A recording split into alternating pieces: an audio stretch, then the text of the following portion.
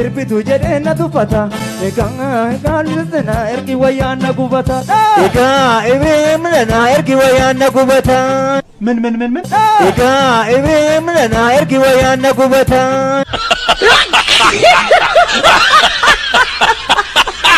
Bisikti jaamsata oda koyi abbaa qabdi beekacha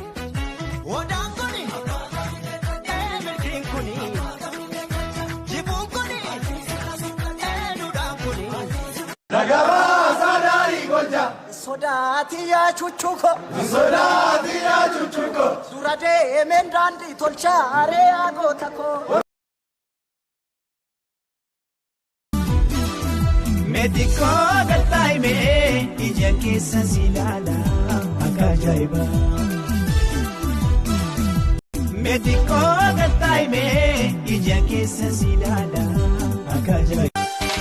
Kadeemaa kabajoollummaa afaan kiriyaa kan googanamaa gargariin banuu gonkumaa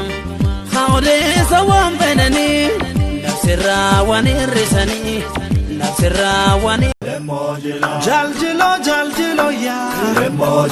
Jaljilo ya Gadaan gataa gaara ya Gadaa mochi gaara ya Gadaa guyyee gaara ya Karri gaara ya Karri gaaraan dhoose ya Harri nyeenchaan dhoose ya Nyeenchi fi keeyyaate ya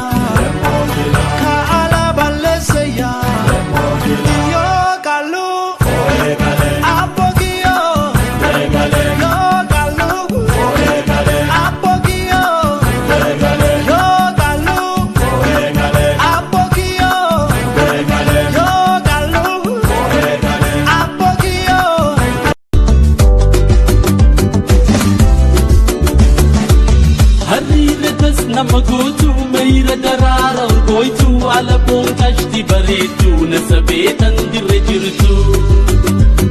Obe katangu ya mekatu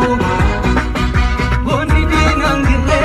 wa kapatiki sababwa Gafaroro ya ilmi ira sababwa kapatiki ya ilmi ira sababwa Sinjalda dukuti ya jala Otu nati hadu inta in Mikoda betu orang kummi yona yona kummi yona yona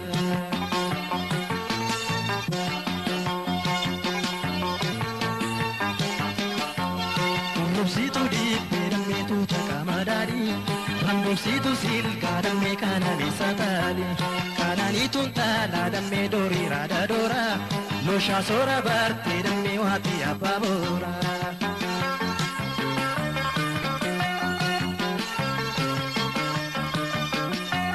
sesegi kokolpi tu malka kinarka ya bonsitu ofi marke ada marka dame tarabiya si kalbina yanka tatabachuwa yadame kumkume yonaka tatabachuwa yadame kumkume yonaka Otona bektwati sidabe jiru nakadantane Anumaan beeku maan argine gede muke malege Jalala deebuun bargaari miti maqaafuun tolu Deemte jedhee nagante jedhee Beekamta baatee natti dhiyaata Harkee sirri toosuma jibboota Lafti yaa fagaatu Rakkina gammaatu Anaaf si argachuu rafamta